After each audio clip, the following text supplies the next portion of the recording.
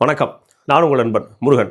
இந்த real estate கேள்விகள் பதில்களில் என்னோட நண்பர் ஒருத்தருக்கு கமெண்டில் போட்டிருந்தாப்புல. அது என்ன அப்படின்னா, பிரிவின்றி பாதி அப்படின்ற மாதிரி பத்திரங்கள் எழுதியிருக்காங்க சில சொத்துக்களில்.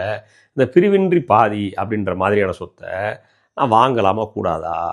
அப்படி ஒரு சொத்து நல்ல சொத்தாக வந்திருக்குது, மெயின் ஏரியாவில் இருக்குது, ஹாட் ஸ்பாட் அந்த இடம் பார்த்தீங்கன்னா மெயின் ஏரியாவில் இருக்குது, இதில் எடுத்து போட்டு நிறைய பணம் சம்பாதிக்க முடியும்னு ஆசைப்பட்றேன். ஸோ பிரிவின்றி பாதி அப்படின்னு இருக்குது, இந்த சொத்தை நான் வாங்க போகிறேன், அது வாங்கலாமா கூடாதா? பேய் இருக்கா இல்லையா அப்படின்றது போல் என்கிட்ட கேட்டிருக்காப்புல. ஸோ நம்ம வக்கீல் கிடையாது, ஆனால் இந்த ரியல் எஸ்டேட் தொழிலில் கொஞ்ச நாள் சுற்றிக்கிட்டு இருக்கிறேன். ஸோ எனக்கு தெரிந்த அனுபவத்தை உங்கள்கிட்ட பகிர்ந்துலான்னு இருக்கிறேன். நேரம் இருந்தால் பொறுமை இருந்தால் கவனிங்க. கூடவே நான் சொல்கிற பதில் சரிதானா அப்படிங்கிறது நீங்கள் என்ன செய்யுங்க, வெரிஃபை பண்ணி கமெண்டில் போடுங்க, பார்க்கலாம். சரி, விஷயம் என்ன அப்படின்னா, பிரிவின்றி பாதி அப்படின்னு வரும் பொழுது, இப்போது உதாரணத்துக்கு ஒரு அப்பா இருக்கார், அவருக்கு 2 வாரிசுகள் இருக்கான்னு வச்சுக்கிடுவோம். அப்பா இறந்துடுறாரு, வாரிசுகள் சொத்து வந்துடுது. இப்போ இந்த சொத்தை பிரித்து எழுத முடியல, நானா நீயான்னு போட்டி வந்துடுது. அது மூலம் சொத்து பிரித்து எழுதுறதுக்கு ஏற்ற அளவுக்கு அளவுகளும் இல்லை. இப்படி ஒரு சூழ்நிலை வச்சுக்கிடுவோம், 2 சூழ்நிலை வச்சுக்கிடுவோம். இப்போது இந்த சமயத்தில் என்ன பண்ணுறாங்கன்னா, சொத்தை பிரிவின்றி பாதி எங்களுக்குள்ளே பகிர்ந்துக்கிறோம் அப்படின்றது போல் பத்திர எழுத்தாளர் அல்லது வழக்கறிஞர் எழுதி கொடுத்துருவார். அப்படி எழுதி கொடுத்த அந்த சொத்தை இவங்க பராமரித்து வருவாங்க. இப்போது 2 வாரிசுகளில் ஒருவருக்கு பண தேவை ஏற்படுகிறது அப்படின்னு வச்சுக்கிடுவோம். அல்லது விற்பனை பண்ணுறாரு, ஏதோ ஒரு காரணம் விற்பனை பண்ணுறாரு. அப்படி விற்பனை பண்ணப்படும் பொழுது இந்த பிரிவின்றி பாதின்னு இருக்கு இல்லையா, பிரிவின்றி பாதியில் எந்த பாகத்தை அவர் எழுதி கொடுக்குறார் அப்படின்ற கேள்வி வருது. முதல்ல சொத்து இப்படி இருக்குன்னு வச்சுக்கிடுவோம், வடக்கு தெற்காதுன்னு வச்சுக்கிடுவோம் ஒரு பேச்சுக்கு.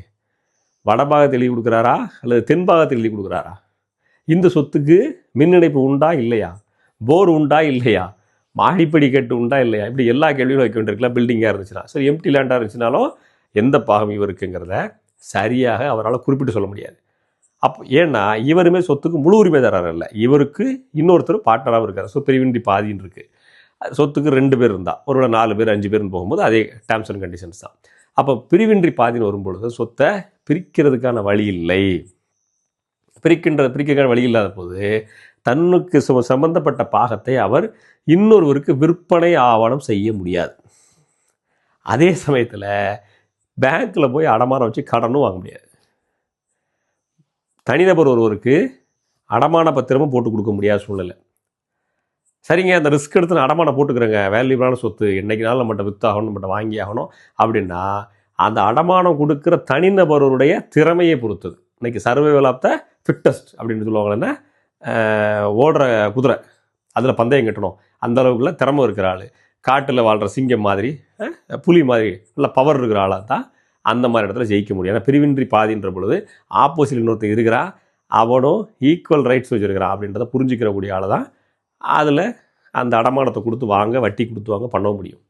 அது சட்டப்படியிலும் பிரச்சனை தான், ஆனால் ரியல் லைஃப்பில் நான் அந்த பிரச்சனையை ஃபேஸ் பண்ணிக்கோங்க அப்படின்னு நினைக்கக்கூடிய ஆள் தான் அதை பண்ண முடியும். அப்போ பிரிவின்றி பாதி சொத்துக்கு பேங்க் லோன் கொடுக்காது, அதில் கட்டடம் கட்ட முடியாது, அதை சம்பந்தப்பட்ட பட்டா அப்படின்ற பொழுது தனிப்பட்டா வாங்க முடியாது. ஸோ இப்படியெல்லாம் பல பிரச்சனைகள் இருக்கிறதுனால ஸோ பிரிவின்றி பாதி அப்படின்னு எழுதுகிற சொத்தை வாங்கிறது என்ன பொறுத்தளவுக்கு அட்வைசபிள் அல்ல. அதுக்கு நீங்கள் நிதியுதவி பண்ணுறதும் அட்வைசபிள் அல்ல. இப்போ பிரிவின்றி பாதியில் சட்டம் என்ன சொல்லுதுங்க அப்படின்னு பார்த்தீங்கன்னா, சட்டம் என்ன சொல்லுதுன்னா, சொத்துல ஈக்குவல் ரைட்ஸ் இன்னொருத்தருக்கு இருக்குது, இவருக்கு இருக்குது. ஒருவர் விற்க முயற்சி பண்ணுறாருன்னா அந்த பிரிவின்றி பாதி இருக்கு இல்லையா, சம்மந்தப்பட்ட நபருக்கு முதல் முக்கியத்துவம் கொடுக்கணும். ஏன்னா அவருக்கு இந்த சொத்தில் ஈக்குவல் ரைட்ஸ் இருக்கிறதுனால ஒருவேளை இந்த சொத்தையும் சேர்த்து அவர் வாங்கிறதுக்கு விருப்பமாக இருப்பார்.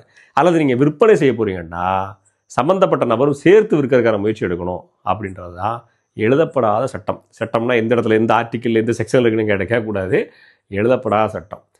இதுதான் ரியல் எஸ்டேட் நிலவரம். இந்த நிலவரம் கொஞ்சம் கலவரமாக தான் இருக்கும்.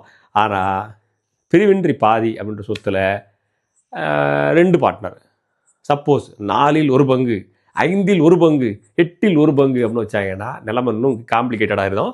ஸோ பிரிவின்றி பாதின்னு வர்றப்பவே 2 பேர் இருக்கிறப்பவே இந்த பஞ்சாயத்து 4 பேர் 5 பேர் 6 பேர்னு போயிட்டாங்கன்னா எந்தெந்த பஞ்சாயத்தில் இருக்குடா அப்படின்ற மாதிரி இருக்குடா. இந்த மாதிரியான சொத்துக்களை வாங்கிறது எனக்கு தெரிஞ்சு அட்வைசபிள் அல்ல. உங்களோட கருத்துக்களை சொல்லுங்கள். இல்லைங்க இந்த கோட்டச்சாமி தலைகளாக தான் குதிப்பான் அப்படின்னா ஏன் அந்த சொத்தை வாங்கணும், அந்த மாதிரியான பிரச்சனைக்குள்ள சொத்தை கூட ஏன் வாங்கணும் அப்படின்னு நீங்கள் நினைக்கிறீங்கிறதையும் மறக்காமல் கருத்தை சொல்லுங்கள். கூடவே உங்களுக்கு தெரிந்த உங்களுக்கு இருக்கிற ரியல் எஸ்டேட் பிரச்சனைகளை கருத்தில் போட்டு விடுங்க. எனக்கு பதில் தெரிஞ்சால் தெரிஞ்ச பதிலை சொல்கிறேன், தெரியலைன்னா தெரிஞ்சுக்கிட்டு வந்து சொல்கிறேன், பார்ப்போம்.